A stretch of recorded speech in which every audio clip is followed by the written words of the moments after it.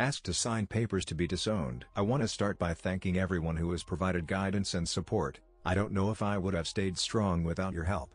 About a week and a half ago, my uncle, who's a revert, which is relevant for later, reached out to me so we could talk. He's honestly the best uncle I have and have asked him for guidance on several occasions before. I expressed my feeling and how I felt about the entire situation, and told him I tried to get my parents to understand why I left and they would just not accept the situation. He told me that I still have time to not lose my parents and siblings, and to try not to lose contact despite the situation. I don't really agree with those thoughts. I'm at a point where they threaten to cut contact and disown me so many times that I just don't care anymore. I'm 27 years old, and still being treated like a 17-year-old? My family, especially my parents, are exhausting human beings. I told them about a guy I was dating and that we had gone on a few dates, but in order for things to go further, things would have to be done the halal way. But my parents didn't take it well and they use every single excuse to make me feel bad about the fact that I lied to them. And I told him that I did because I would ask for permission being an adult and he wouldn't let me. His excuse was that it was because he's a very nervous guy. Oh, and that how dare I date this guy and that going out on dates with him is haram. Well, he contacted the guy so they could talk and told him that they would never want to meet his parents and that he was destroying his family. My guy responded with, "That's not what I want," and my dad told him that the solution was him leaving me.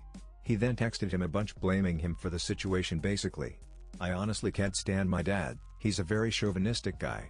The type that thinks the only thing that truly makes a woman happy is marriage and having kids. Yesterday, we met up after a while and I said there was no way in hell that I would move back in with them, and their only argument was, "Well, if you don't want to move back in with us it's because you're sinning." Sick.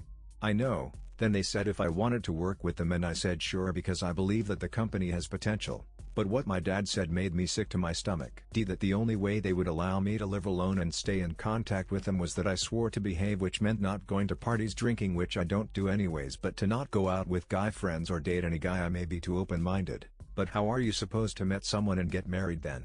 I live in a non-Muslim country and the Muslim guys I know are all a piece of SHT. I am no one to judge, but the atrocities that they have done, I don't know if I want that for my life, or one of them be the father of my children. My uncle had mentioned that my dad had resorted to me wanting to sign papers to disown me unless I gave them something, which is why he came to talk to me.